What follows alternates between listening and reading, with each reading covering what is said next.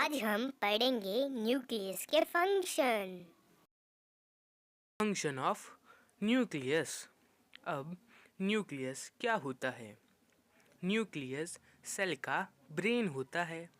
जैसे हमारी बॉडी के अंदर ब्रेन होता है जो सारी चीज़ों को कंट्रोल करता है, वैसे सेल के अंदर न्यूक्लियस होता है जो सेल के अंदर जितनी भी एक्टिविटीज़ होती है उनको कंट्रोल करता है।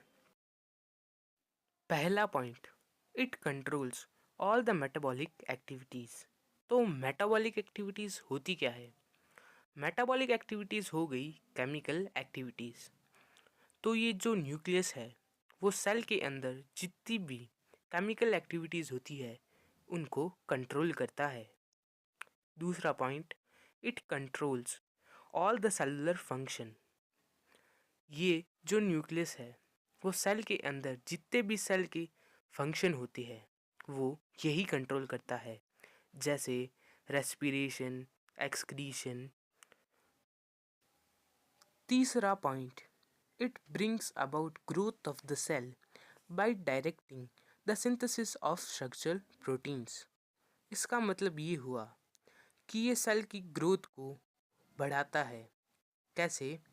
जो प्रोटीन्स होते हैं उनको सिंथेसाइज करके प्रोटीन को सिंथेसाइज करेगा और वो सेल उन प्रोटीन को अपने काम में लेगा और उस सेल की ग्रोथ होगी। It produces the ribosomes by nucleolus. ये राइबोसोम्स को प्रोड्यूस करता है। किसके थ्रू? न्यूक्लियोलस के through. It contain chromosomes which are responsible for inheritance of character from parents to next generation। इसका मतलब ये हुआ कि न्यूक्लियस के अंदर क्रोमोसोम्स होते हैं और क्रोमोसोम रिस्पॉन्सिबल होती हैं inheritance of character from parents to next generation.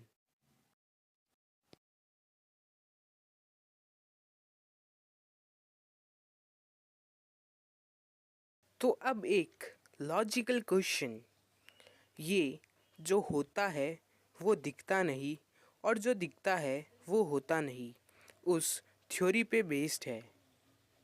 ये सभी लोग इस बाइक को दूसरी बोट पे ले जा रहे हैं। तो अब आगे होगा क्या? ए, ये सभी पहले बाइक को नहलाएंगे। बी, ये सभी बाइक को छोड़ के अपना सर खुजाएंगे। या सी, बाइक को लेके घूमने जाएंगे। सोचो सोचो होता है क्या?